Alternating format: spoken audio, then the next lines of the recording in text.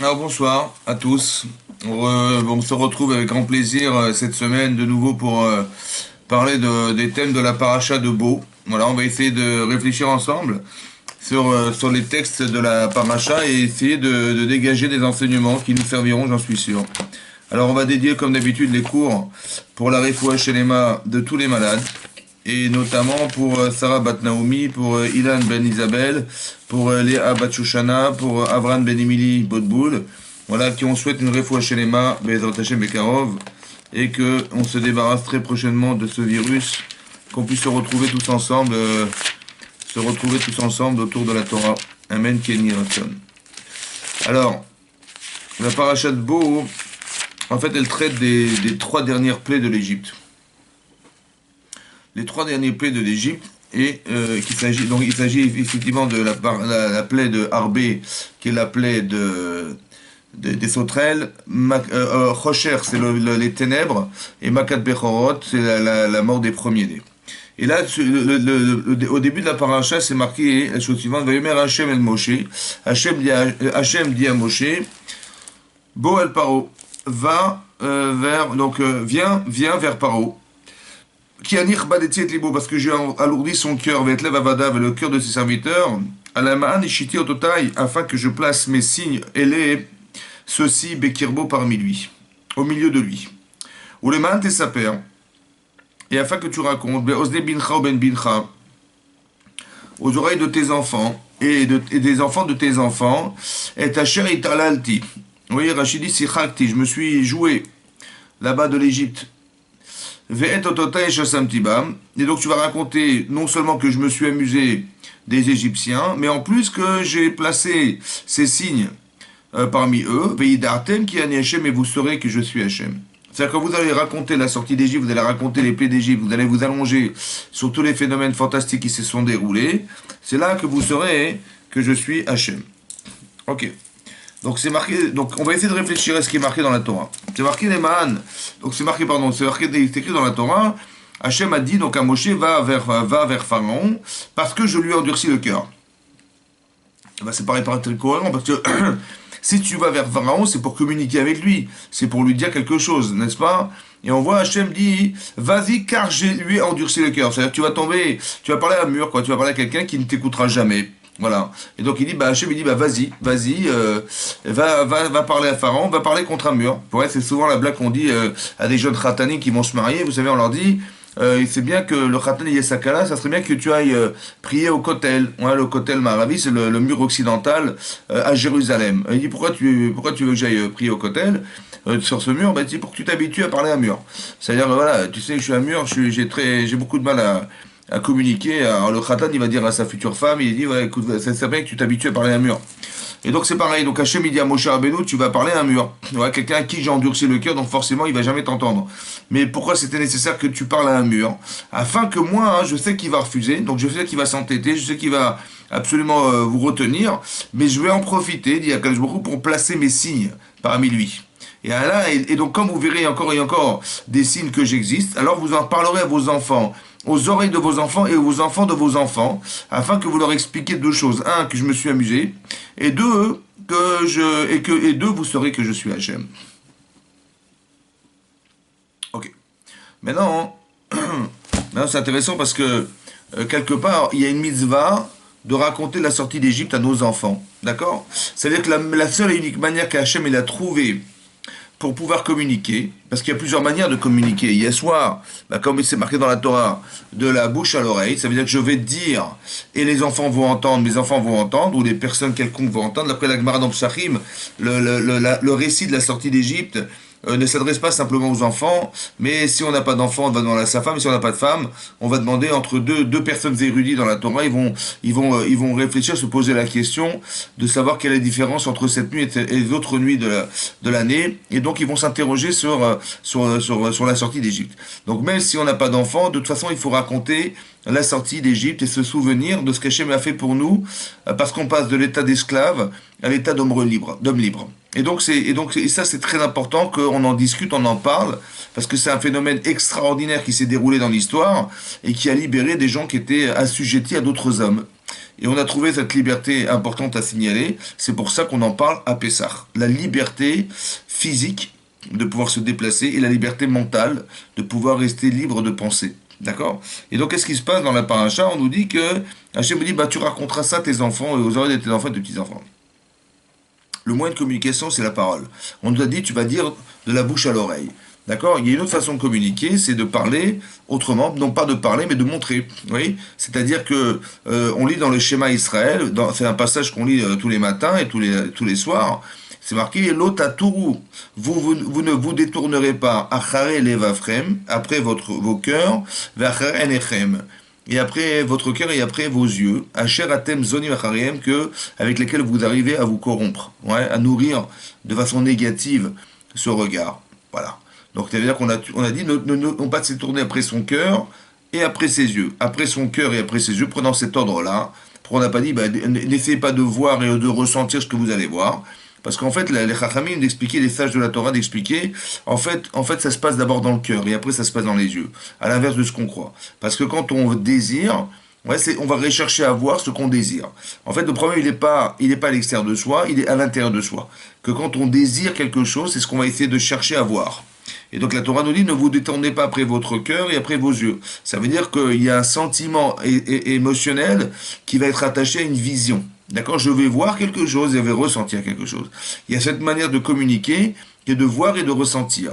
Autant qu'il y a une manière de communiquer qui est de parler et d'entendre. Et donc la Torah a choisi non pas celle de voir et de ressentir, mais celle de parler et d'entendre. Alors, quelle est la différence fondamentale entre les deux? Pourquoi la Torah, elle préfère, Hachem, il préfère, Akadosh Baruch Hu, il préfère qu'on puisse communiquer par la parole et non pas par l'image?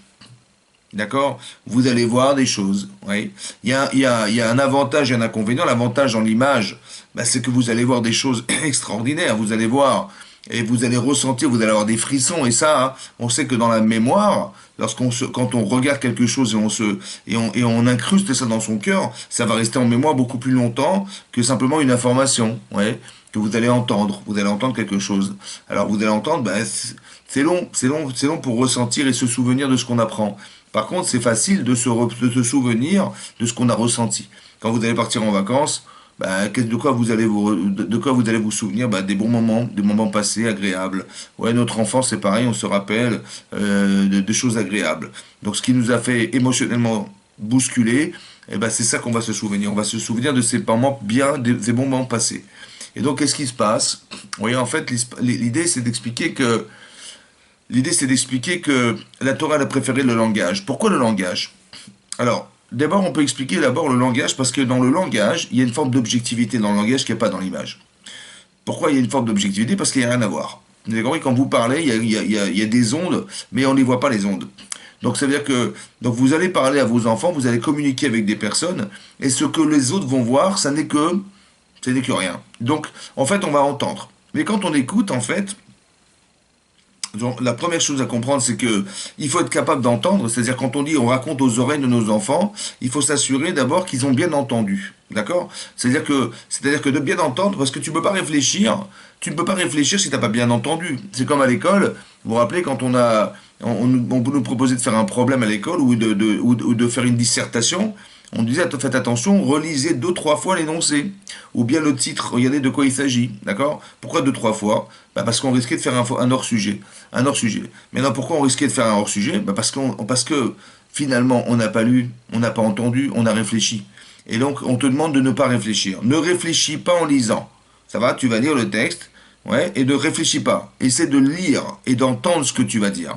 Pourquoi c'est important d'écouter? Parce qu'au moins, tu es sûr d'avoir bien entendu. Et donc, quand tu es sûr d'avoir bien entendu, alors tu vas pouvoir réfléchir à ce que tu es sûr d'avoir entendu. C'est pour ça qu'on relit une fois l'énoncé, 2 fois l'énoncé, 3 fois l'énoncé. Est-ce que tu as bien entendu ce qui est marqué? Et à partir du moment où tu es sûr d'avoir bien entendu, alors tu es sûr de répondre à la question que tu as entendue. Et pas que tu as réfléchi en même temps que tu lisais. Et finalement, en réfléchissant, tu as interprété. Et en interprétant, tu n'es pas sûr. Des fois, souvent, on a bien compris, mais souvent, ou quelquefois, on n'a pas bien compris. Ou c'est bien quoi, pas bien compris? On a interprété. Et on a cru que c'était ça qu'il a voulu dire, mais c'est pas ça qu'il a dit. D'accord? Donc tu as su ce qu'il a dit, mais tu n'as pas su savoir qu'est-ce que ça voulait dire. Alors la Torah, elle te dit, faites attention. il faut faire attention, il faut d'abord écouter ce qu'on vous dit. D'accord? Écouter, apprendre à entendre. Et à partir du moment où tu sais entendre, alors tu peux réfléchir. Parce que le danger, en vérité, c'est d'écouter ce que j'ai envie d'entendre. Donc quand je réfléchis, en fait, bah, je transforme, peut-être, je transforme ce que j'entends. Et ça, c'est dangereux parce que ça veut dire que c'est pas ce que la personne te dit, c'est ce que tu crois. D'accord? Donc la Torah te dit, tu vas raconter aux oreilles de tes enfants, assure-toi qu'ils ont bien entendu dans l'oreille. Ça, c'est une chose. À part ça, la parole est objective parce que la parole, elle permet à la personne de, elle, d'interpréter ce que je dis. Donc quand le père parle, ouais, donc la personne va entendre, et quand elle entend, qu'est-ce qui se passe en fait? Eh ben, elle va réfléchir, après qu'elle ait entendu, elle va réfléchir à ce qui a été dit. Maintenant, qu'est-ce que ça veut dire réfléchir à ce qu'on a dit? Alors, souvent vous allez poser la question à des gens, ben, tu as bien compris ce que je t'ai dit, alors répète-moi ce que je t'ai dit. Ouais, je veux m'assurer que tu as bien entendu, tu as bien compris, alors répète-moi ce que je t'ai dit. C'est un problème, parce que c'est un défaut dans le langage, parce que quand je dis à quelqu'un répète-moi, il va répéter ce que j'ai dit.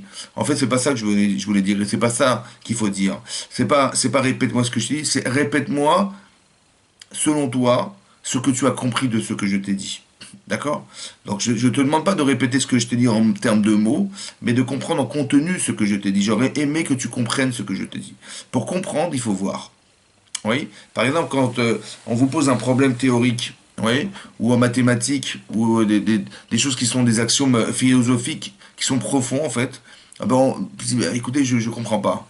En fait, le problème, c'est que je ne vois pas. Souvent, on dit, mais je vois pas ce que tu veux dire. Je ne vois pas ce que tu veux dire. Mais il n'y a rien à voir, parce que ce sont des mots. Ce sont des paroles. Il n'y a rien à voir. On dit, ça veut dire quoi? Je ne vois pas ce que tu veux dire. Ça veut dire que je n'arrive pas à mettre une image dans ce que tu dis. Parce que mon cerveau, il fonctionne en termes d'image. Vous voyez, quand je comprends, ah oui, je vois. Ah oui, d'accord, ouais, je vois ce que tu veux dire. Ouais, je vois. En fait, je vois, ça veut dire que quoi? Je suis capable de mettre en image ce que j'entends. D'accord? Et quand je ne suis pas capable de mettre en image, alors comment je fais? Alors je lui dis, bah, je vais te donner un exemple. Et donc, qu'est-ce qu'on fait? En fait, on fait ce qu'on appelle des machalim en hébreu. Ça veut dire qu'on donne des exemples d'histoire, pour mettre en image l'idée qu'on a voulu transposer. Donc, on est capable de voir à travers ce qu'on entend. C'est-à-dire que c'est pour ça que Shlomo Ameler, Salomon, ouais, qui a écrit les proverbes, ouais, ce qu'on appelle Michelet en hébreu, sont des machalim. Pourquoi des Michelet, des machalim sont des proverbes? Parce que Shlomo Ameler, il a dit des choses tellement intelligentes et tellement profondes qu'il a peut-être pas trouvé les mots pour le dire. Alors il a dit, je vais pas l'exprimer en termes de mots, mais je vais l'exprimer en termes de machal, d'exemples, voilà, de proverbes, comment dire, de paraboles, pour que les gens comprennent mieux ce que je vais dire. Pourquoi il a eu besoin de passer par l'image? Parce que le cerveau, il résonne en termes d'image. Vous voyez ce que vous avez compris, ou bien vous ne voyez pas, et donc on est obligé de vous expliquer autrement, ou bien de rajouter des mots pour pouvoir faire qu'on puisse être capable de voir. Maintenant, vous avez compris que quand je fais appel à l'écoute de la personne, je vais poser une question, ouais, comme par exemple à Pessah. La première chose que je vais demander à mon enfant, je ne vais pas lui demander, dis-moi qu'est-ce que tu connais de la sortie d'Égypte, dis-moi ce que tu sais. Non, je vais lui demander, Manishtana, quelle est la différence entre cette nuit et les autres nuits? Donc je pars du principe qu'il sait déjà. Parce qu'on est là, hein, aussi pour informer les enfants de ce qui s'est passé, de l'histoire. Ou bien j'informe mes enfants d'une donnée pour qu'ils y réfléchissent. Maintenant, je ne vais pas lui poser la question de savoir, mais qu'est-ce que tu as retenu? Ça ne m'intéresse pas. Parce qu'il est censé avoir su. Ce qui m'intéresse, c'est comment ça se réfléchit chez toi. C'est-à-dire, Manishtana, quelle est la différence entre cette nuit et l'autre nuit? Dans la sortie d'Égypte notamment. Et donc je dis, mais quelle est la différence? D'habitude, voilà, on mange du pain, là on mange des galettes, des fois, voilà. Et, donc il y a vraiment des différences. J'aimerais bien que tu m'expliques la différence entre cette nuit. Donc je lui demande de réfléchir. Maintenant, quand je parle, je fais appel à l'intellect de la personne. Je veux qu'elle comprenne ce que je dis. Et donc je fais partie de ces gens qui vont faire réfléchir les gens. Voilà. C'est pour ça que dans la Torah, il est écrit Ube Torato, et dans sa Torah, Yehege Yomam Valaila. Il en parlera le jour et la nuit. C'est quoi Yehege? Yehege, ça vient de Higayon en hébreu, qui veut dire le cerveau, réfléchir. Donc on doit réfléchir la Torah. Pour ça que les sages de la Torah sont des gens très intelligents. Oui. Pourquoi? Parce qu'ils ont passé leur temps à réfléchir. Et donc ils ont concentré leur vie sur de la pensée, de la réflexion, qu'elle soit philosophique, qu'elle soit morale, qu'elle soit juridique, tous les thèmes de la Torah sont traités. Et donc c'est important qu'on y réfléchisse pour pouvoir les adapter à nos vies de tous les jours et comprendre comment on doit manifester nos vies et réfléchir à ce qu'on doit faire et donc comment on doit réagir aussi dans la vie. Et donc c'est important d'y réfléchir. Ça c'est l'avantage de la parole. Maintenant le niveau de compréhension, parce que la question est la même, on se pose toujours la même question. La différence, c'est qu'à nos âges, après, en évoluant, évidemment, que la réponse ne sera jamais la même. Ça veut dire que vous allez poser une question à un enfant, vous allez faire lire un texte, vous allez faire lire, je sais pas moi, le texte de Rachid dans le Chumash, oui, de savoir, explique-moi ce qui est marqué dans Rachid, il va vous dire à l'âge de 7 ans ce qu'il a compris. Après, vous allez demander à un enfant de 15 ans, il va vous dire une autre explication, un enfant de 20 ans, une personne de 25 ans, encore une autre, de 30 ans, une autre, de 50 ans, une autre, de 70 ans, une autre, et encore 90 ans, une autre. C'est-à-dire qu'on a tous une faculté à pouvoir voir différemment. Pourquoi? Parce que l'intelligence nous permet de dimensionner le texte. Qu'est-ce qui est caché derrière les mots? Voilà.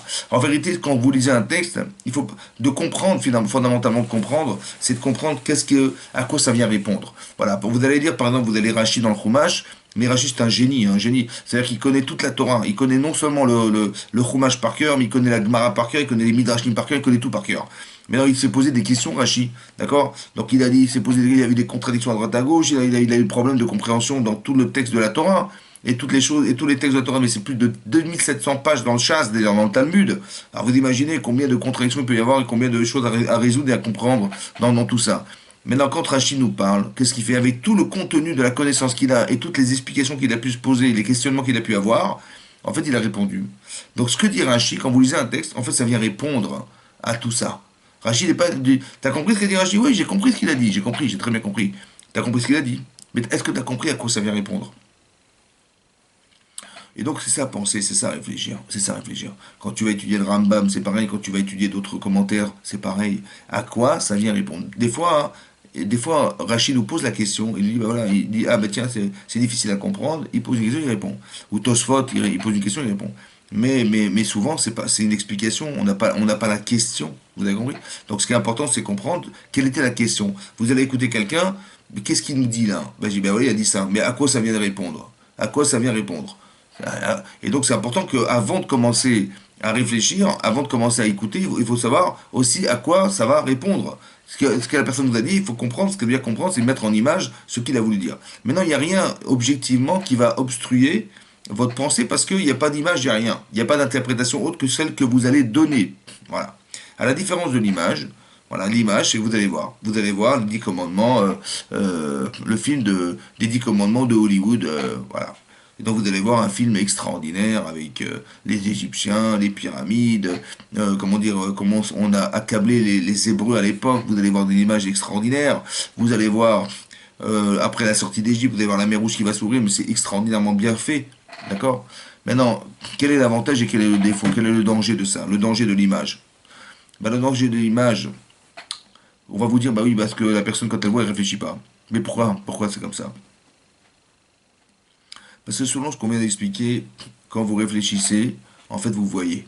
Et si vous ne voyez pas, vous avez un problème, vous êtes obligé encore de réfléchir et de réfléchir jusqu'à ce que vous arriviez à voir. Donc, c'est vrai que le résultat de la pensée, c'est l'image. Le résultat de la pensée, c'est l'image. Maintenant, quand vous voyez un film hollywoodien, ben, l'image, elle est extraordinaire. Hein. Je ne sais pas si quelqu'un parmi nous aurait pu imaginer une chose pareille. Voilà. C'est tellement beau à voir. Le problème, c'est que le résultat de ce que j'aurais dû réfléchir, penser, je le vois. Donc, si je vois, j'ai plus besoin de penser, parce que je le vois. Vous avez compris? Ça veut dire qu'on fabrique des gens qui ne réfléchissent plus, parce que le résultat de ce qu'ils auraient dû voir, ils le voient. Donc, j'ai pas besoin d'utiliser mon cerveau d'analyser quoi que ce soit, puisque je le vois. Vous comprenez? Donc, si je le vois, donc je vais voir en surface. Je vais voir ce que l'image me renvoie. Mais qu'est-ce que ça veut dire? À quoi ça vient répondre? Quelles sont les interrogations qu'on peut avoir derrière? Est-ce que c'est juste ce qu'ils ont fait? Qu'est-ce qui est le méchant? Qu'est-ce que le gentil? Voilà. Toutes ces questions, on ne se les pose pas puisqu'on le voit. Et le problème de voir, c'est qu'il n'y a pas d'interrogation derrière. Il n'y a pas de réflexion, il n'y a pas de construction mentale. Qu'est-ce que ça change? Ce que ça change, c'est au niveau de la formation. C'est-à-dire que, par exemple, quelqu'un m'avait raconté une fois, hein, il avait été dans une école laïque où on n'enseigne pas la Torah. Et il avait demandé à ses élèves, voilà, il était en classe, donc il est devant son bureau, et là il va demander à ses élèves, il va dire, voilà, je vais vous poser une question subitement, et j'aurais bien aimé que vous me répondiez subitement à la question que je vous pose. Je vous pose une question, je veux avoir une réponse subite. Ouais, sans réfléchir, dites-moi ce que vous dites. Qu'est-ce que ça vous inspire? Je vais vous poser une question, j'aurais aimé que ça vous inspire quelque chose, et dites-moi ce que ça vous inspire. Il dit, ok. Donc il dit, voilà, dites-moi ce que j'ai derrière moi. Ben, on est en classe, ils ont dit, ben, le tableau, le mur, la chaise. Bon. Ensuite, il était dans une école juive religieuse où on étudie la Torah. Et il leur a dit, je vais vous poser une question et j'aurais aimé que vous me répondiez subitement à la question que je vous pose. On dit, pas de problème. Dites-moi ce que j'ai derrière moi. Alors il a dit, bah, on peut pas vous répondre, vous n'êtes pas transparent, on peut pas savoir ce qu'il y a derrière vous. Hein. Vous cachez ce que vous avez derrière vous. Parce que rigoureusement derrière moi, ça veut dire derrière moi. Bah, j'ai dit, bah, derrière toi, je peux pas savoir. Après, l'autre il a dit, bah, si c'est pas derrière vous, en fait, vu votre âge, vous devez avoir au moins 25 ans d'expérience. Vous avez vu la différence? Des gens à qui on fait réfléchir par l'image, alors ils vont répondre des images. Ils vont dire le mur, la chaise, le tableau. Et des gens à qui on n'a pas appris à réfléchir par l'image. Parce qu'on parle avec les gens. On réfléchit ensemble. Alors ils ont dit, bah, rigoureusement, j'ai du mal à vous dire ce que vous avez derrière vous parce qu'on voit rien. Vous n'êtes pas transparent, c'est pas possible. Ben, l'autre il a dit, bah, si c'est pas ça, hein, ça veut dire autre chose. Ça veut dire que il parlait derrière moi. Derrière moi, ça veut dire derrière toute mon expérience, tout ce que j'ai vécu, qu'est-ce que j'ai derrière moi. Vous avez compris ce qu'il a pensé. Ça veut dire qu'on dépasse les mots. Ça veut dire qu'on imagine au-dessus des mots. On ne s'arrête pas à l'image que renvoie le mot. Voilà. C'est peut-être pour ça que la Torah nous demande de ne jamais fabriquer des images, de ne jamais fabriquer des statues. On n'a pas le droit de faire de buste d'un être humain. On n'a pas le droit de fabriquer, de sculpter des animaux, de sculpter le soleil, de sculpter quels que soient les astres qui se trouvent dans le ciel. Pourquoi on n'a pas le droit? Parce que ne crois pas que la personne, elle se limite à ce que tu vois. Il y a une âme derrière. Oui, c'est un petit peu ce que Hachem a dit à Caïn lorsqu'il a tué son frère Evel. Il lui a dit, Dme achichat tsoakim elai. Il a dit, les sangs de ton frère crient vers moi. Lui, il pensait qu'il avait tué un homme. Il avait tué son ennemi juré qui était son frère, qui lui faisait de l'ombre toute la journée.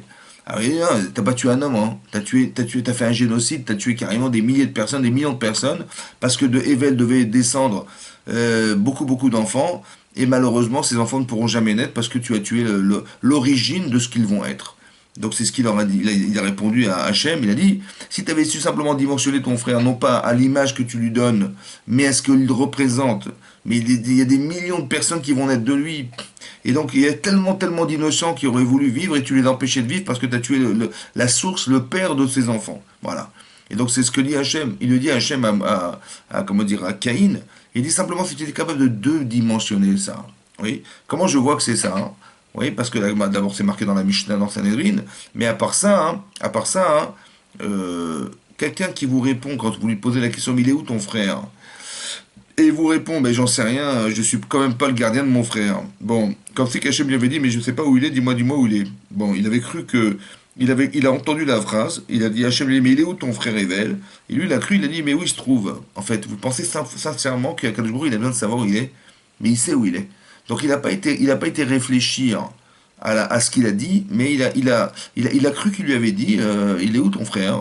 Physiquement, il est où? Bah, il dit, mais j'en sais rien, je sais pas où il est, et en plus, je suis pas le gardien de mon frère. En fait, quand il va répondre à Hachem, il va répondre à Kadosh Baruch Hu, il va lui dire, mais je ne sais pas où il est, et je ne suis pas le gardien de mon frère. En fait, pourquoi il a dit qu'il n'est pas le gardien de son frère? Parce qu'en fait, il est le gardien de son frère. Il le regarde tout le temps, il le scrute, il sait savoir ce qu'il est, qu'est-ce qu'il a, qu'est-ce qu'il fait. Et ça le dérange tellement, parce qu'il y a tellement de différences entre eux, qu'il va être obligé de l'assassiner parce qu'il n'en peut plus. Vous avez compris? Donc il est le gardien. Mais seulement il ne veut pas avouer qu'il est gardien, parce que s'il avoue qu'il est gardien, il va se trouver le faible dans l'histoire, il ne veut pas être le faible, donc il va surtout mentir qu'il est gardien de son frère. Mais ce que je veux dire par là, c'était ça l'idée, c'est d'expliquer qu'il faut savoir dimensionner les choses. Il faut arrêter de s'arrêter sur l'image. Vous croyez que c'est le soleil qui nous éclaire, mais non, c'est Akadosh Baruch Hu qui nous éclaire.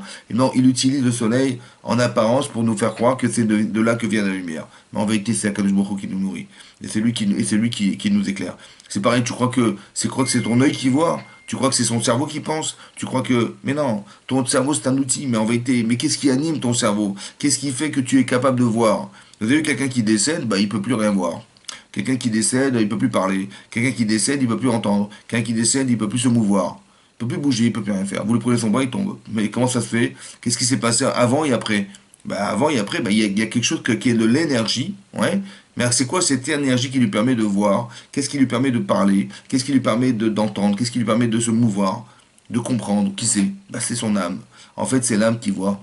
Et moi, je croyais que c'était l'œil qui regardait. Non, c'est pas. À travers l'œil, évidemment, il va travailler l'œil évidemment, mais c'est l'âme qui permet de voir.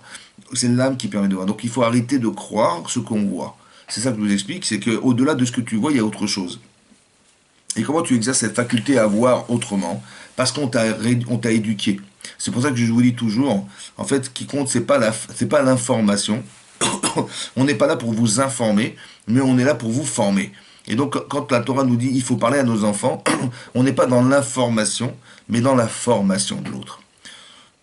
Pourquoi c'est très important d'entendre une chose pareille? Parce que nous, on veut former des cerveaux.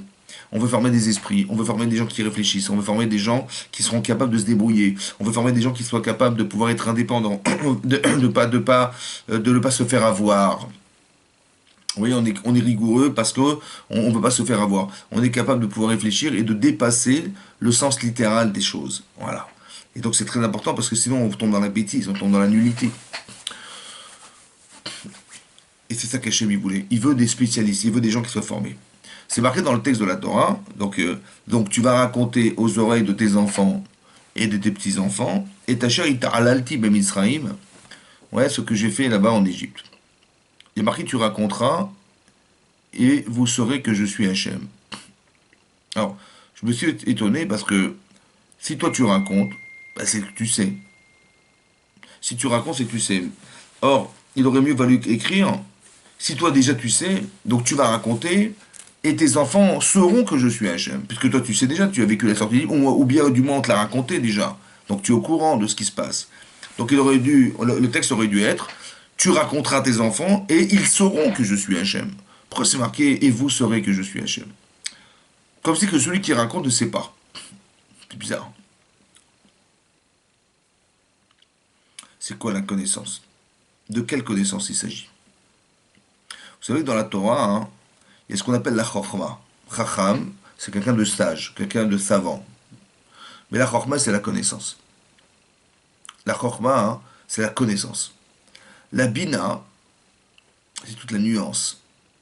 Mais il faut être capable de pouvoir différencier les éléments présents. Donc, j'ai 10 éléments en tête. Quelle est la différence entre le 1 et le 5, le 4 et le 8? Voilà. La bina, c'est la différenciation des éléments présents. Ça, c'est la bina. Et il y a ce qu'on appelle le da'at. C'est quoi le da'at? C'est difficile à traduire, le da'at. C'est quoi le da'at? Le da'at d'Hachem.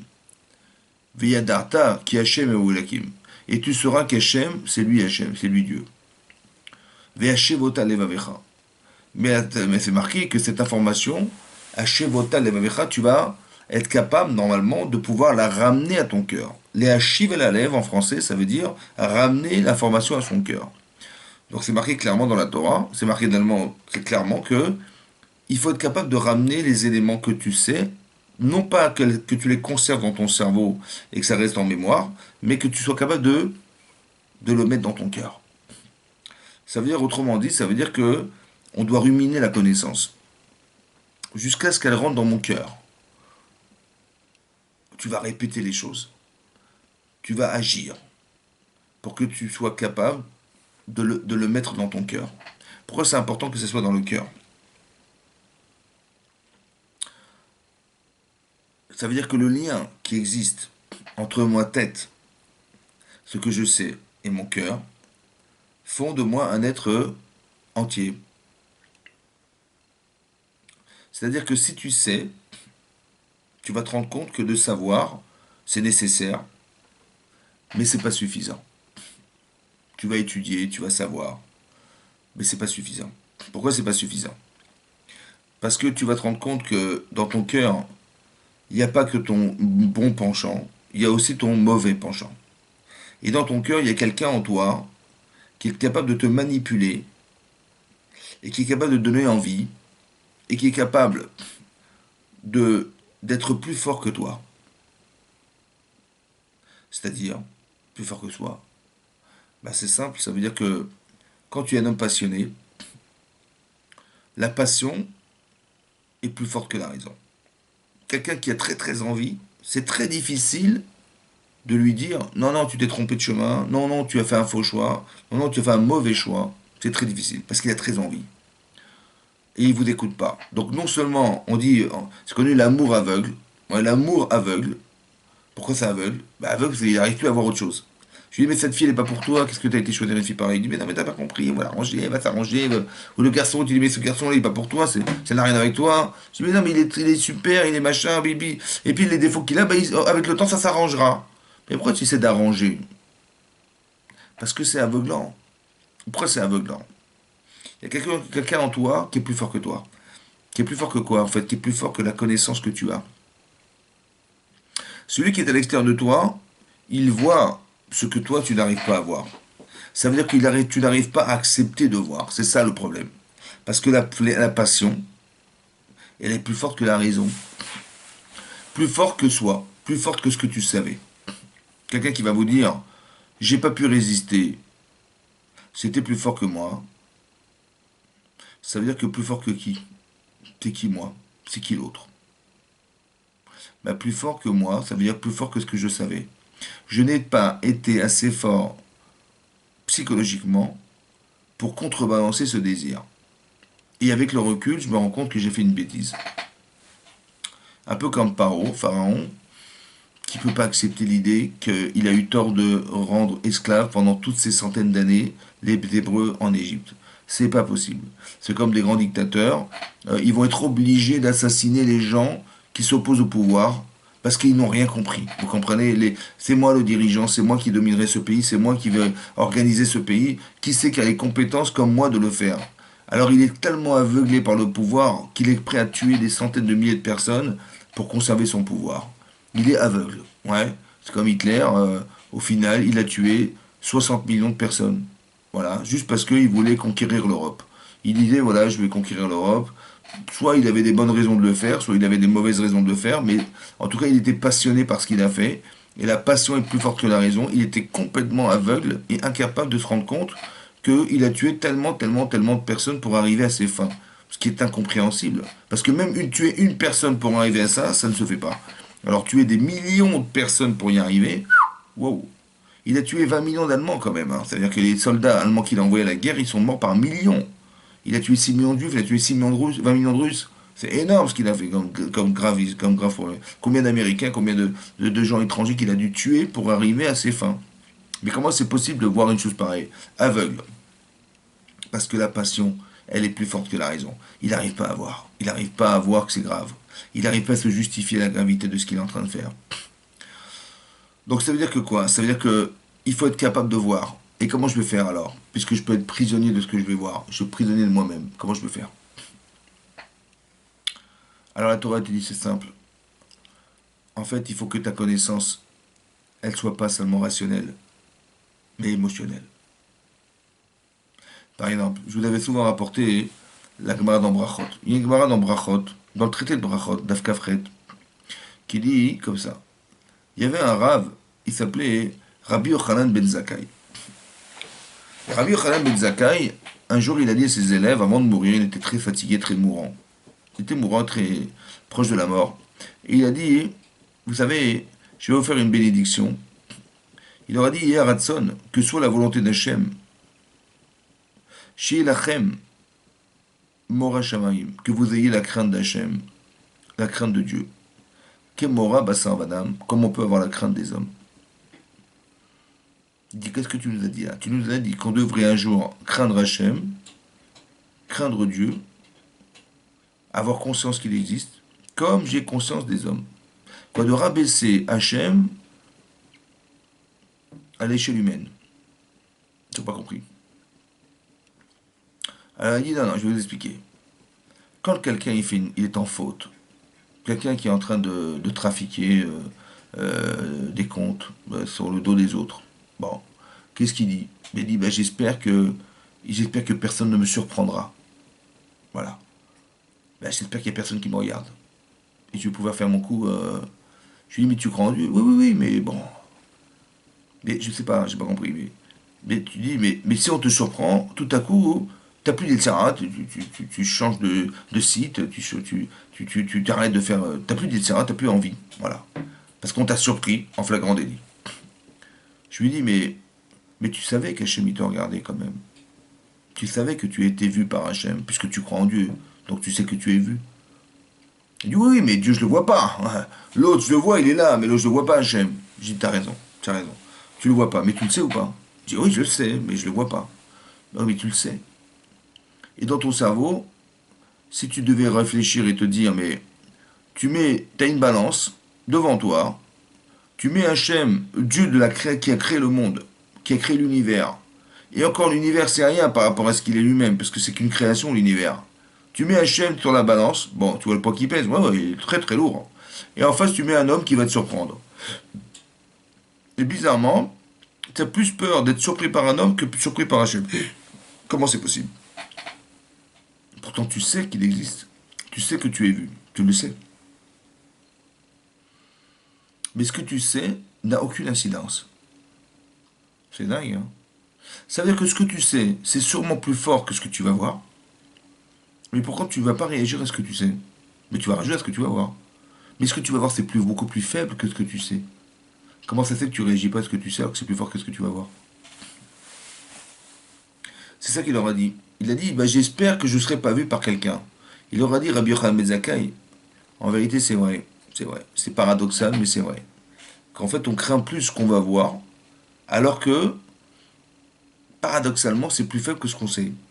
Mais on ne réagit pas à ce qu'on sait. Autrement dit, je vais apprendre, mais je ne vais pas forcément réagir à ce que je vais apprendre. Pourquoi? Parce que des fois, ce que je sais va me déranger. Parce que j'ai envie de faire ce que la Torah m'interdit. Et je ne comprends pas pourquoi la Torah m'interdit ça. Alors je vais dire, bon bah, c'est trop dur, vous savez, la Torah c'est trop compliqué. Ou bien je vais étudier le minimum possible pour ne pas me sentir contredit, parce que honnêtement, je ne pense pas que je vais y arriver. Ouais. Ça veut dire que je n'ai pas la force mentale. Mais comment ça se crée la force mentale? Ben, la force mentale, ça se crée dès l'instant où on est capable de mettre une émotion dans une connaissance. C'est pour ça que dans la Torah, on va vous parler d'aimer Hachem. Oui, c'est marqué dans la Torah, Ve'ahavta et Hachem Elokecha bechol levavecha. Tu dois aimer Hachem un jour de tous tes cœurs, au pluriel. Parce que on a deux tendances dans le cœur. On a une tendance positive et une tendance négative. Tu vas essayer de l'aimer même avec ce qui est négatif chez toi. C'est-à-dire de transformer, d'utiliser la passion négative au service de la raison positive. Essaye, essaye. De toute ton âme, de tout ton cœur. Il faut que tu aimes Hachem de plus que tout ce qui existe. Bah ça, hein, cette faculté à aimer, elle va te faire ressentir soit de la reconnaissance, soit de l'amour, soit, et donc ça va forcément entraîner soit un désir d'atteindre quelque chose par le fait que tu l'aimes, soit la peur de le trahir, soit l'angoisse de décevoir Hachem. Vous avez compris? Et donc c'est parce que tu aimes que tu... Si el Tzara te dit mais transgresse la Torah, mais que c'est pas grave, hein, ça va, c'est pas grave. Tu dis mais je peux pas trahir. C'est-à-dire que la connaissance en vérité, elle est noyée par la passion. C'est pour ça qu'on a du mal. La Torah dit Veidatem ki ani Hashem, et vous saurez que je suis Hashem. Le da'at, c'est d'être capable d'être lié avec ce que tu sais. Et de savoir réagir à ce que tu sais. Et pour savoir ce que tu sais, ce qu'on appelle la da'at, le da'at, c'est pas la connaissance. C'est la connexion avec la connaissance. Est-ce que tu es concerné par ce que tu dis? Est-ce que tu es concerné par ce que tu fais? Voilà. Et donc je suis lié à ce que je sais. Et comme je suis lié, c'est comme quelqu'un qui va prendre la responsabilité de ce qu'il a dit. Ben, il faut il se sente père pour dire je vais prendre à charge ma famille. Mais s'il ne se sent pas être un père, ni être une mère, ben, il n'est pas responsable, vous comprenez? Il n'a pas été sensible à ça. Donc vous avez des gens, ils sont mariés, mais ils sont célibataires. D'accord? Ils n'ont pas pris la responsabilité, ils n'ont pas été sensibles à ce qu'ils ont... Ils sont passés sous la roupa, ils sont passés sous le dénuptial. Bah, il a mis la bague à sa femme, et donc il est bien clair qu'il est marié, il a encore les vidéos dans la tête. Mais le type, il n'est pas marié. Ou elle n'est pas mariée. C'est pas... Le soir, il n'est pas là, madame, elle n'est pas là. Mais t'as des enfants, mais t'es où? T'es où? Je t'ai pas compris, t'étais où? Bah, je suis sorti, mais je comprends pas. Mais tu es une mère de famille, tu es un père de famille. Comment ça que tu n'es pas chez toi? Quand on a besoin de toi, il faut que tu sois présent. Tu as pris en charge d'être cette personne. Je dis, ah, j'ai pas fait attention. Il n'y a pas de date. Quand on est d'un enfant qui n'a pas de date, un enfant n'a pas de date, ça veut dire quoi? Bah, c'est-à-dire qu'il sait, hein, mais il n'est pas conscient de ce qu'il sait. Il n'a pas pris en charge cette connaissance émotionnelle. Parce qu'il ne ressent pas le désir. Il n'a pas compris en vérité l'intérêt qu'il avait d'être comme ça. Ça va? Et donc il n'est pas capable de créer le lien entre sa tête et son cœur. C'est-à-dire que la personne qui raconte, elle n'est pas forcément connaisseuse. Vidartem, toi qui vas dire, tu vas savoir aussi. C'est quoi le savoir? C'est d'être lié à ce que tu vas dire. Tu vas te sentir concerné par ce que tu dis. Tu prends en charge ce que tu sais. Voilà. Tu existes. C'est ça, c'est exister. C'est ça, c'est prendre en charge. Mais ça, il faut ressentir. Le mail, ça arrive à te tenter. Tu vas trahir ou pas? Tu dis, ah, c'est dur, c'est dur. En vérité, c'est pas dur. Est-ce que tu es capable de ressentir la vérité? Est-ce que tu ressens? Par exemple, quelqu'un, il va jamais brutaliser une vieille dame dans la rue. Mais il y a des gens qui sont capables de le faire. Pourquoi? Parce qu'ils ne sont pas sensibles à la fragilité de ceux qui sont devant eux. Ou du moins ils le savent et en profitent pour leur piquer leur sac. Mais non, c'est le contraire que tu aurais dû faire. Prends à charge d'aider les gens, d'être sensible à la fragilité des autres. Et c'est quand tu es sensible à ça, mais tu ne peux pas le faire, c'est pas possible. Voilà. Et donc il y a des notions qui existent, mais elles sont carrément volatiles parce qu'elles ne sont pas appuyées par une émotion. Vous avez compris ce que je veux dire? C'est ça qui est marqué, tu auras contre raison, vous saurez que je suis Hachem. Ce que je vous dis là, c'est mettre de la lumière dans sa vie, c'est-à-dire que je réfléchis à des notions philosophiques, à des valeurs morales, à des valeurs sociales, à des valeurs spirituelles. Je réfléchis. Et ben, quand je réfléchis, en fait, j'ai des idées, mais je veux pas qu'un jour je puisse dire à mes élèves, bon, faites ce que je vous dis, hein, mais faites pas ce que je fais. Vous avez compris ça? Aristote, il a dit à ses élèves, un jour, un grand philosophe, il dit écoutez, faites exactement ce que je vous dis, mais ne faites pas ce que je fais. Parce qu'il avait une vie carrément débauchée, de débauche. Et le problème de la débauche, c'est qu'il y a une connaissance que j'ai, mais qui ne correspond pas à ce que je pense. Ça veut dire qu'en fait, la personne qui peut être très très intelligente, ouais, mais en fond, elle ne se sent pas concernée par ce qu'elle pense. C'est pour les autres, c'est pour la pensée, vous comprenez? On n'est pas concerné. Non. Nous, dans la Torah, on considère qu'on réfléchit pour atteindre des niveaux de conception, mais de se les approprier. Pourquoi? Parce que c'est marqué dans la Torah. Veshinantam levanera, tu enseigneras la Torah à tes enfants. Vedibar tabam, et tu en parleras. Mais après, il faut mettre les tzitzit. Après, il faut faire des tfilines. Après, il faut écrire la mezouza. Voilà ce qui est marqué. Donc, tu dois réfléchir pour faire. Pas réfléchir pour réfléchir. Il faut que tu sois capable de réfléchir pour agir. Tu dois réfléchir parce que tu veux au mieux agir. Voilà. Donc, tu vas réfléchir non pas pour savoir, et puis c'est parce que intellectuellement, c'est magnifique de connaître, de comprendre. Donc, ce qu'on aurait aimé que tu fasses, c'est que tu réfléchisses pour élaborer un acte positif. Vous avez compris? C'est ça. C'est exactement à l'opposé de ce qui est, Paro. Pharaon, c'est quelqu'un qui ne vit que pour lui. Quelqu'un qui est aveugle par ce que représente le pouvoir. Et donc il est obligé de se mentir. Parce que comment accepter la vérité si elle lui fait souffrance? D'accepter la vérité, ça aurait été d'abord de libérer les enfants d'Israël. C'est la moindre des choses. La liberté de penser, il n'est pas libre malheureusement. Et des fois on arrive à un certain niveau de sa vie où c'est difficile d'être libre, difficile de choisir. Parce que c'est tellement compliqué de se séparer de ses intérêts. Vous avez compris? Pourquoi c'est difficile? Parce que la pensée, quand vous réfléchissez, au départ, il fallait désirer. J'avais envie. J'avais envie de quoi? J'avais envie de savoir, j'avais envie de faire, j'avais envie d'avoir. Voilà. Et qu'est-ce que fait le cerveau? Bah, tu désires. Alors le cerveau, il va s'organiser pour que on puisse réaliser ton désir. Oui, donc je vais réfléchir comment je vais réaliser ce désir, comment je vais obtenir ce désir. Et alors ça veut dire que mon cerveau, il est subordonné à mon désir. Mais si mon cerveau est subordonné à mon désir, bah, ce qui me fait plaisir, bah, c'est surtout de conserver les enfants d'Israël esclaves, parce que c'est ça que je vais obtenir. Si j'arrive, un, à les maîtriser, bah, ils vont pas se multiplier, et donc ils vont pas nous envahir. Deux, ils vont au fur et à mesure bah, c'est de passer à l'extermination, parce qu'on va s'en débarrasser, et puis ça me fait plaisir. Et aussi parce que je les paye pas, en attendant, ils travaillent gratuitement. Ça me fait plaisir. Maintenant, si tu dis, bah non, mais ça se fait pas quand même, les pauvres. C'est des gens qui sont esclaves, des gens qui sont prisonniers, des gens qui vont vivre toute leur vie esclaves. Est-ce que tu aurais aimé être à leur place? Bah, dire, bah, bah non. Ah, donc tu voulais pas, toi, être comme eux, j'ai compris, ouais. Mais ça t'a pas dérangé. C'est marrant, hein, ça t'a pas dérangé. Comment ça se fait que tu n'arrives pas à voir et à participer à la souffrance des autres plutôt que d'être dans l'exploitation de la souffrance des autres? Comment ça se fait?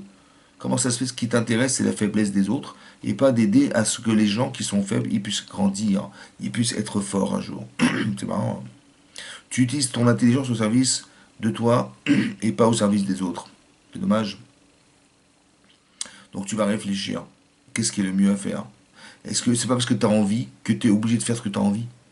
C'est parce que tu as envie d'assujettir les enfants d'Israël que tu vas réaliser ce que tu as envie. Vous avez compris ça? T'es pas obligé. Parce que des fois, hein, ce que tu as envie, bah, c'est grave quand même. Ce que tu as envie, c'est exactement l'inverse de ce que la morale te propose de faire. Alors tu vas peut-être faire autre chose. Tu vas essayer de réfléchir à ce que tu désires. Pas de réfléchir à réaliser ton désir. Parce que quand c'est bien, tant mieux, hein. Mais des fois, tu vas te rendre compte que ton désir, il est faux. Ton désir, il est manipulé par quelqu'un d'autre qui est en toi, qui s'appelle le Yetzer Hara, le mauvais penchant. Il y a quelqu'un en toi qui t'exploite et qui t'utilise contre toi-même. C'est ça, Paro. En fait, Paro, c'est un manipulateur. Paro, c'est un pantin. Ouais, en fait, c'est pas Paro qui décide, c'est son désir qui décide. Vous avez compris ce que je veux dire? Ça veut dire qu'il n'y a personne derrière. Il n'y a personne parce que quand vous lui dites, par exemple, je vais dire à Pharaon, écoute, c'est simple, demain, je vais envoyer la grêle. Il dit, oui, oui, d'accord, d'accord. Bon, et puis il tombe des pavés de grêle sur toute l'Égypte, ça détruit les bâtiments, ça détruit des villes, ça détruit tout. Et là il dit, oh, oh, non, arrêtez tout, arrêtez tout, arrêtez tout. Arrêtez tout, arrêtez tout, écoutez, on est, nous les Réchaïm, c'est nous les mécréants, et c'est vous les tzadikim, c'est vous les gens justes. Donc il reconnaît qu'il a eu tort. Mais tout à coup, dès qu'on va lui dire, ok, d'accord, donc on arrête la grêle, ok, on a arrêté la grêle, il va dire, non, non, je vous garde, je vous garde. Alors je comprends pas. C'est qui avait dit oui et qui c'est qui a dit non? Comment c'est le même personnage qui va dire oui, oui, non, mais on est tous des Réchaïm, on est tous des mécréants ici, hein. Mais c'est vous qui avez raison, c'est votre Dieu qui est le vrai Dieu, mais nous on est faux, hein. Donc il reconnaît qu'il a eu tort. Et tout à coup, plaque, ça bascule, et tout à coup, dans toutes les plaies, tout à coup, il change d'avis. La première, la deuxième, la troisième, la quatrième, la cinquième, il change tout le temps d'avis. Mais comment ça? Mais qui a dit oui, c'est qui a dit non alors? Je n'ai pas compris, parce que soit tu es lucide et tu dis bah, vous avez raison, on a eu tort, soit tu n'es pas lucide. Mais qui c'est qui a décidé de dire que finalement on est des Réchaïm? Vous allez vous rendre compte que dans la vie, c'est pas nous qui décidons forcément, c'est très très grave ça. Ça veut dire qu'on est manipulé par quelqu'un d'autre, mais ce quelqu'un d'autre en fait il est en nous, il est né avec nous, c'est lié de ça, le mauvais penchant, qui pense pour vous, qui pense contre vous. Le Yetzeratov, le bon penchant, il pense pour vous, il pense qu'à vous, il pense qu'à vous aider, à vous sauver. Il y a quelqu'un d'autre qui pense l'inverse, qui pense qu'à nous détruire, qui pense qu'à nous fracturer, qui pense qu'à nous séparer, qui pense qu'à nous laisser seuls. C'est ça. C'est ça qui est grave. Marqué dans la Torah hein, que la neuvième plaie des 10 commandements, c'est la plaie des ténèbres.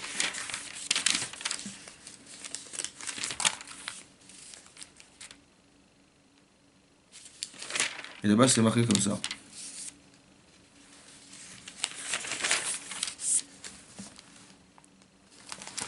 C'est marqué dans le texte comme ça. Vayomer Hashem el Moshe. Donc a dit Hashem à Moshe, Nete yadecha ala shamaim. Tends ta main, ton bras, vers le ciel. Vayi, Rocher. Et ça sera les ténèbres, à l'Eretz Misraim, sur le pays d'Égypte. Vayamesh Rocher. Mais là, on nous dit que l'obscurité sera palpable.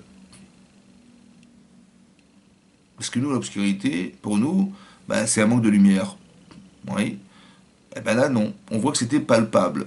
C'est une matière, l'obscurité. Vayet Moshe et Yado. Donc effectivement, Moshe a tendu son bras, sa main, à la Shamaim en direction du ciel. Vayet Rocher Rafela. Et donc il y a eu l'obscurité, les ténèbres. Bechol Eretz Misraim dans tous les pays d'Égypte. Shloshet Yamim pendant 3 jours. Velo Raoui Shetachiv. Et là on nous dit, on nous précise un détail, que l'Oraou, il ne voyait pas Ish, un homme, et Achiv, son frère. Velo Kamu Ish Mitartav. Il ne pouvait pas se lever un homme Mitartav en dessous de lui, Shloshet Yamim, pendant 3 jours. Ça veut dire que c'était tellement palpable que les gens qui étaient debout, ils ne pouvaient pas s'asseoir. Et ceux qui étaient assis, ils ne pouvaient pas se lever. Il y avait comme une masse de ténèbres qui les empêchait de se mouvoir, mais aussi de voir. On ne pouvait pas voir. On ne voyait pas les autres, on ne voyait pas son prochain, son frère. Mais par contre, les enfants d'Israël, à Yahor, il y avait de la lumière. D'accord? Il y avait de la lumière pendant toute cette période. Bemosh Votam, dans leur résidence. Pourquoi la Torah nous dit que l'obscurité ne nous permet pas de nous déplacer, ni de voir? En fait, Rachid expliquait qu'il y avait premièrement, il y avait de l'obscurité pendant 3 jours, et les 3 autres jours, il y avait quelque chose qui était étonnant, qui était opaque, mais qui était surtout palpable. On pouvait sentir l'obscurité. Et la Torah nous dit qu'il ne pouvait pas se voir. Ish et Achiv, un vis-à-vis de son frère. Pourquoi son frère? Il ne pouvait pas se voir. Pourquoi son frère? Il ne pouvait pas voir son frère. Ah, en hébreu, ça veut dire son frère. Le Rav Yishurun de Marseille, il a ramené dans son Sefer, sur le Midrash, un Midrash qu'il a expliqué.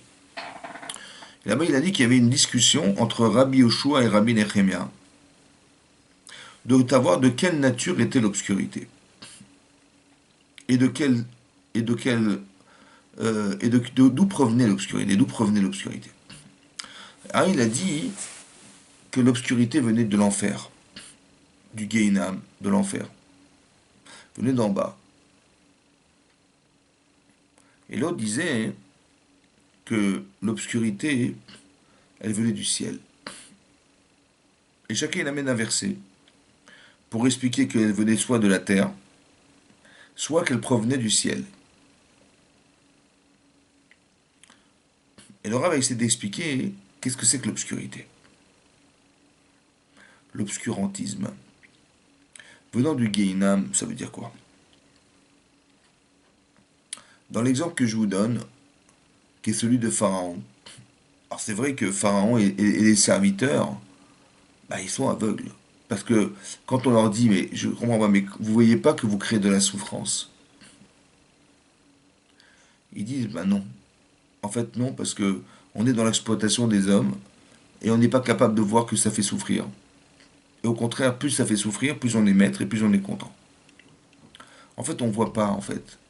Peut-être que le produit de ce qu'est le Gehinam, c'est quoi l'enfer? L'enfer, ben, peut-être l'enfer, c'est le résultat de tout ce qu'on a pu créer à travers nos actes. Parce que vous savez que c'est marqué dans le Zohar, comme c'est explique le Zohar, et aussi dans la Gemara, dans Brachot, que quand vous agissez, en fait, vous créez quelque chose.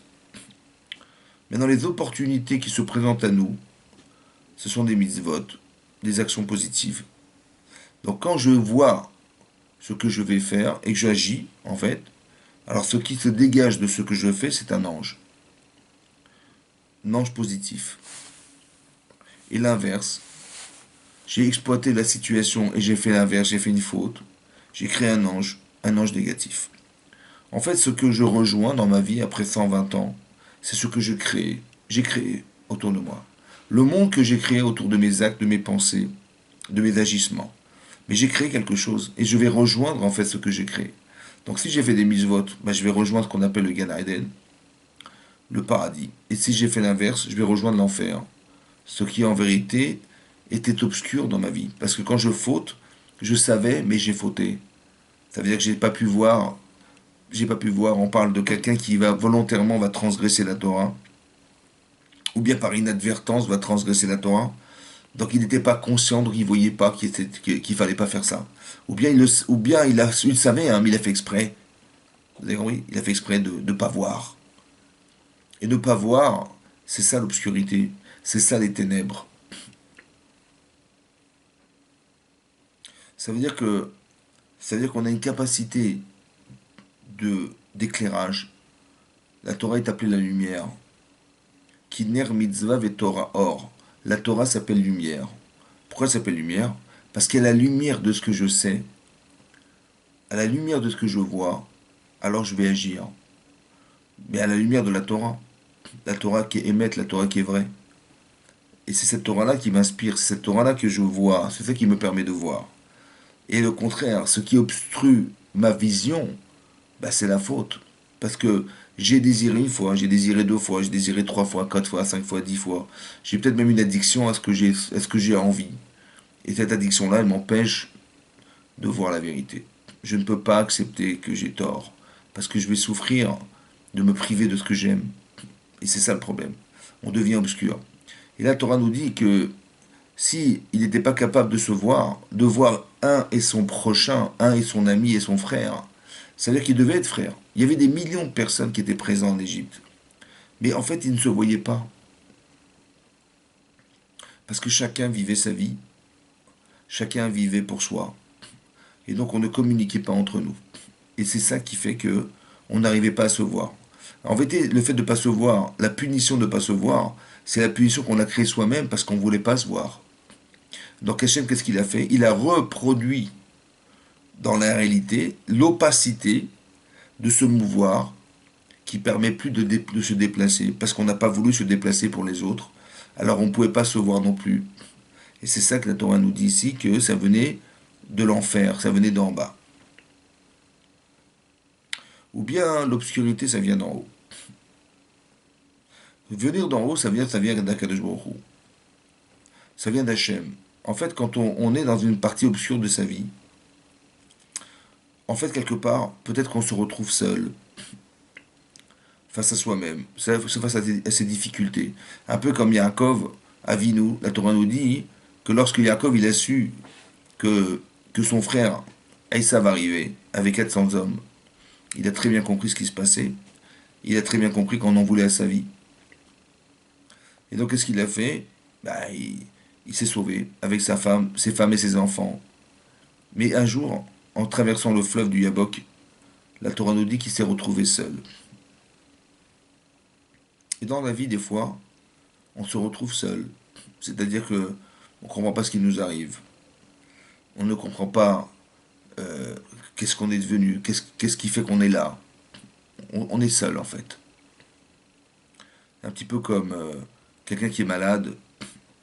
Bon, évidemment, il a sa femme près de lui, il a ses enfants près de lui, il a ses amis qui sont là pour l'aider. Mais bon, chacun va qu'à ses occupations, donc sa femme, elle va partir travailler, ses enfants vont aller à l'école, ses amis, ben, ils vont aller aussi travailler, chacun va se retrouver. Mais en fait, il se sait différent. Et il se sait à un moment donné être seul. Donc qu'est-ce qu'il doit faire alors? Ben, ce qu'il fait, c'est qu'il va se tourner vers Hachem. Et d'être seul, ça nous permet de faire teshuva. Cette souffrance, elle permet de se remettre en question. Cette souffrance, elle permet de relativiser les choses. Voilà.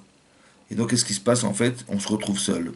Un petit peu comme ça peut être une punition d'être seul parce que, vous savez, la Torah nous dit que quelqu'un qui lit de la médisance, il y a marqué Yoshev, Levado, Chus la Machane. Il va se retrouver seul en dehors du camp. Ça veut dire que la personne qui fait du Lachon Hara, il va avoir des tâches sur lui. Et lorsque le Kohen verra les tâches qu'il a sur lui, et qu'il décrétera qu'il est Metzora, c'est-à-dire lépreux, un lépreux, pas le lépreux qui est malade, hein, de la maladie de la lèpre, mais une maladie spéciale, qui est une maladie spirituelle, qui n'est réservée qu'aux tzadikim, alors on va être obligé de le sortir du trois camps, du camp Kohanim, du camp des Lévi'im et du camp des Israël. Donc carrément excommunié, quoi. Jusqu'à quand? Parce que ce que la tâche, elle disparaisse, ou combien qu'elle diminue à une taille inférieure à la tâche qui le rend impur. Maintenant, pourquoi quelqu'un qui fait du Lachonara, il est considéré comme mort? Comme ça dit la Gemara dans Nedarim, d'Afsarmé Adalet. Et pourquoi on le met en dehors de camp? Et pourquoi il a des tâches?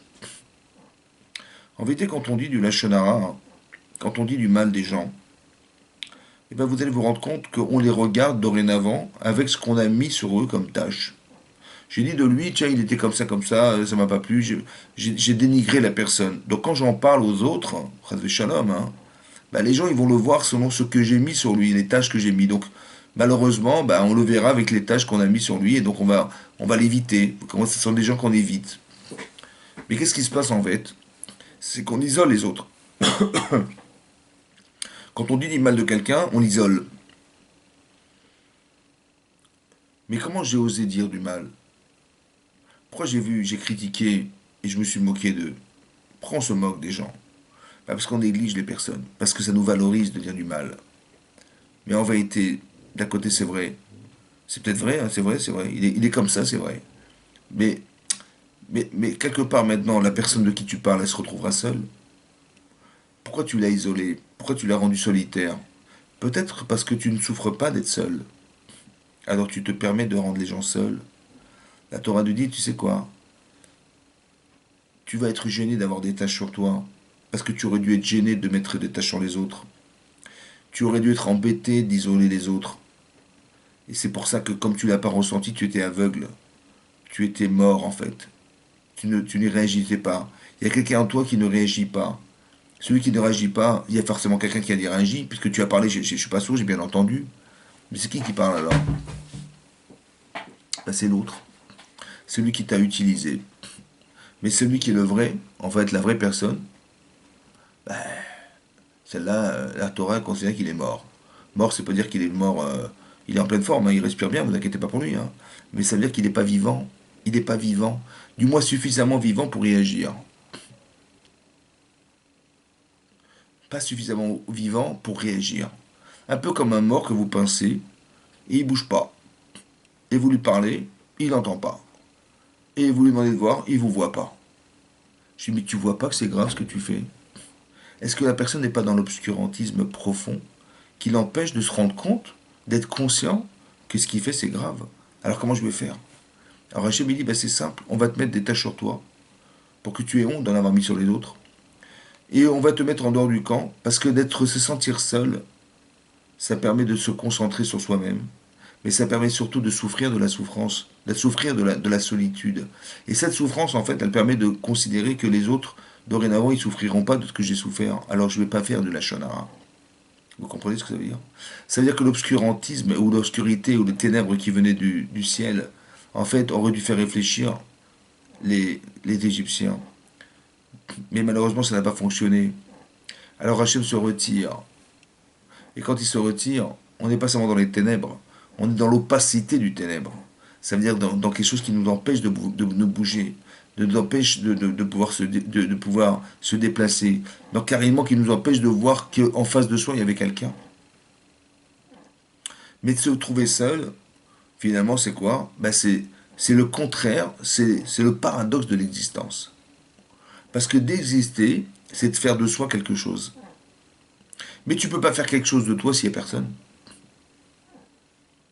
Donc ça veut dire que quoi? Ça veut dire que ça veut dire que si tu aimes bien être seul, bah, c'est que tu ne vis pas. Et donc la Torah nous dit ici faites attention parce que les Égyptiens voilà ce qui leur est arrivé. En fait, il y avait cette Makat Rocher, la Makat des ténèbres, la plaie des ténèbres, qui en fait, selon cette explication profonde, veut dire que soit ce que je vis vient de mes erreurs, c'est ça l'obscurité, donc je subis, soit en fait on m'a mis dans l'obscurité pour que je me dise mais qu'est-ce que je fais là? Je n'arrive pas à communiquer avec les gens, je n'arrive pas à voir les gens. Et c'est pas normal, j'en souffre. Ah, tu en souffres. Alors peut-être que ça va te permettre de retrouver ce qui te manque. C'est ça. C'est ça les ténèbres qui viennent du ciel, qui permettent de m'aider à me rendre compte qu'en final, ben, j'ai besoin des autres. et je manque du besoin de partager ma vie avec quelqu'un d'autre. C'est ça les ténèbres du ciel. Maintenant, aujourd'hui, on vit une situation qui est très compliquée. Parce que Minash Shamaim, qu'on l'explique d'une manière ou d'une autre, qu'elle soit scientifique, qu'elle soit autre que celle-là, ben on vit un virus. Mais un virus qui nous envahit, qui mute, que voilà, on avait compris comment fonctionnait le virus, tout à coup il a muté. Et donc il faut peut-être trouver d'autres traitements. Est-ce que les matériaux qu'on a vont suffire pour nous débarrasser ou nous protéger de ce virus nouveau? Je sais pas. Ce que je me rends compte en fait, c'est que finalement on est confiné. On fait du télétravail. On n'est plus libre de se déplacer. On nous dit à partir de 18 heures, on peut plus sortir de chez soi. C'est bizarre quand même. Et ça dure, et on voit pas le bout. Bah, pour moi, ça a deux explications. Soit c'est comme on a expliqué, c'est l'enfer. Ça veut dire qu'on vit quelque chose qui est un enfer. Pourquoi je dis un enfer? Parce que combien de temps ça va durer? Combien de temps on va pouvoir vivre comme ça? On va craquer un jour, vous comprenez? C'est pas viable. Ou du moins, hein, ça l'est pas parce que bah, socialement c'est pas possible, et aussi économiquement, comment on va faire? Ça, c'est le Rocher qui vient du Gehinam, qui vient de l'enfer, mais qui ne le produit de quoi? Comment ça se fait qu'on nous prive de voir les autres? On nous prive de communiquer? Parce que le virus, on se méfie de qui on va côtoyer. On ne peut plus toucher personne, on peut plus. Comme c'est qu'on nous avait enfermés dans une sorte de prison, dans laquelle au final on se retrouve seul. Ouais. Ça, c'est le côté dramatique de la situation. C'est le Gehinam en fait. Mais en fait, l'enfer qu'on est en train de vivre, peut-être qu'il est provoqué non pas par les autres, mais par soi-même. Peut-être qu'il y a une façon dont on avait de vivre qui était une façon égoïste, sans tenir compte des autres. Par exemple, on vit dans un monde qui est articulé par la finance, qui est articulé par la mondialisation. Il faut produire, il faut gagner. Et tous les investissements qu'on fait dans la vie, ce sont des investissements humains qui devraient nous permettre de gagner plus. Mais ce que l'homme investit pour gagner plus n'est pas forcément bien pour lui. Ben, vous avez, je sais pas moi, on va créer des pesticides parce qu'il faut absolument que la production, il n'y ait pas de perte. Donc tous les aliments qu'on va fabriquer à partir de la végétation, il y aura des pertes, on ne veut pas de pertes. Donc on va mettre des pesticides partout, partout, partout pour ne pas que les animaux ou les bestioles elles puissent entamer tous les fruits. Et donc on veut les garder parfaitement beaux et parfaitement viables. Et donc c'est comme ça qu'on va vendre. Vous savez, il y a des milliards de personnes qui ont besoin de nourrir. Alors je dis par nécessité, non mais aussi par bénéfice. Parce que si c'était par nécessité, j'aurais fait attention à ce que je mets sur les fruits. Mais en vérité, ces pesticides amènent des maladies, amènent des cancers. Donc si c'était pour nourrir la population mondiale, j'aurais fait attention quand même à ne pas mettre des pesticides quand même. Ben non, j'en ai mis parce qu'il faut vendre le maximum. Les animaux qui mangent des végétaux, les vaches, elles mangent de l'herbe. Bon, mais on a besoin d'en produire plus en plus, hein, parce qu'il faut vendre de la viande. Alors on va leur donner des aliments gras, d'accord? Et puis on va se rendre compte qu'elles attrapent des maladies. Crossfit, Jacob, c'est contre nature, mais c'est pas grave. Parce que bon, elle va souffrir, c'est pas grave, mais au moins on va vendre plus, vous comprenez? La finance, c'est pareil. Toutes les guerres qu'on voit, c'est des guerres d'intérêt, des guerres économiques. Tout ça, c'est horrible, en fait. On se rend compte qu'en vérité, autour de nous, on vit que par intérêt personnel. On voit que la Terre est en train de se polluer. Mais c'est pas grave, vous comprenez, parce qu'il faut produire, il faut produire. Donc on a l'Amérique d'un côté, on a la Chine de l'autre, et ça pollue dans tous les sens. Et puis après, on se rend compte que ça crée un effet de serre. Et quand ça crée un effet de serre, on se rend compte que la Terre se réchauffe. La Terre se réchauffe, c'est en train de détruire la planète. Parce que si elle se réchauffe, malheureusement, Miami sera envahi dans 20 ans par les eaux de la mer. Les pôles sont en train de fondre. Mais tout ça par intérêt personnel. On est complètement aveugle. On n'est pas capable de se rendre compte, ou certaines personnes le voient malheureusement, mais pas assez nombreuses, qu'on est en train d'auto-détruire le monde, sous prétexte de vouloir gagner plus, de vouloir encore et encore gagner. Mais en fait, ça nous rend malade, ça nous rend fou. Mais en fait, on est peut-être seul dans tout ça, parce que si on était capable de penser aux autres, est-ce qu'on aurait fait une chose pareille? Si on était capable de communiquer de façon cohérente, est-ce que si je voyais mon frère, j'aurais fait ça? Ben non. Ce que je vois, c'est un billet de banque en face. Voilà, c'est mon frère. Donc il faut absolument que j'arrive à lui soutirer ce billet de banque. Donc je vais tout faire pour qu'il me le donne. Voilà. Mais lui, alors, comment il va vivre? Et tes enfants, comment ils vont vivre? C'est pas grave. Ouais, si on pollue la terre, mais c'est pas grave. De toute façon, le réchauffement, mais il y a toute époque, il y a eu des réchauffements climatiques. On trouve toute forme de prétexte, en fait, pour justifier des situations qui sont dramatiques pour nous, en fait. Combien de temps ça va durer? Alors Hachem, il se rend compte qu'en fait, il y a une forme d'égoïsme profond. Égoïsme profond, qui fait que qui fait qu'on se fiche des autres, on se fiche de la souffrance, on se fiche des autres, on se fiche de l'existence. Et puis de toute façon, nous, on sera déjà parti quand tout disparaîtra, donc à quoi ça sert qu'on se casse la tête? Mais en fait, c'est scandaleux ce qui se passe. Et ça, Hachem, il le montre comment? Ben, en nous rendant seuls. Voilà, on se retrouve seul. On ne sait pas ce qui va se passer. On est dans l'expectative, on attend. Mais en fait, on souffre de quelque chose qui vient de ce que nous avons produit nous-mêmes. Parce que si le monde est pollué, ça ne vient pas d'Hachem, hein, je vous rassure. Maintenant, l'expression de la pollution n'est que l'expression physique de nos erreurs. Tout simplement. Et donc on le voit. On le voit. Et c'est marrant parce que le modernisme, qui nous permettrait normalement de communiquer, voilà, on a tous des téléphones portables à la maison et dans la poche. Et normalement, un portable, un téléphone, c'est fait pour partager des sentiments, partager des informations, on partage. Et on se rend compte que c'est exactement l'inverse que ça a. C'est qu'on a un ordinateur dans la main, on a le monde entier entre les mains, et qu'est-ce que font les gens? Au lieu de communiquer entre eux, ben, ils communiquent avec un portable. Ils sont à table, et chacun il a son portable, et personne ne se parle. C'est effroyable. C'est-à-dire qu'on vit un monde dans lequel on se retrouve seul. Que la modernité qui aurait dû nous permettre de communiquer, et va faire exactement l'effet inverse. On est tout seul, on se retrouve seul. Vous avez compris que nos enfants, demain, ils vont avoir des addictions au téléphone, comme on en a beaucoup aujourd'hui. Ben, je plains la génération qui va venir de s'occuper de leurs enfants parce que je vois à l'âge de 12 13 ans, les gosses, ils veulent tous un téléphone. Pourquoi faire? Ben, parce que tout le monde en a, il en faut un. J'ai dit compris, Khazak, c'est super. Le problème, c'est que tu es en train de t'enterrer avec. Tu es en train de vivre seul. Tu ne communiqueras plus avec les autres. Tu te retrouves devant un ordinateur toute la journée, t'es quoi des jeux vidéo. Maintenant, de quoi il fait la nature? On ne sait pas.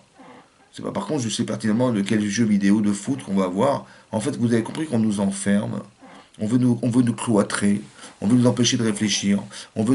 Et plus c'est ludique, sous forme d'image, et moins on réfléchit. Et on s'étonne que le monde s'autodétruit parce qu'on ne réfléchit plus, parce qu'on ne pense plus, parce qu'on ne voit plus.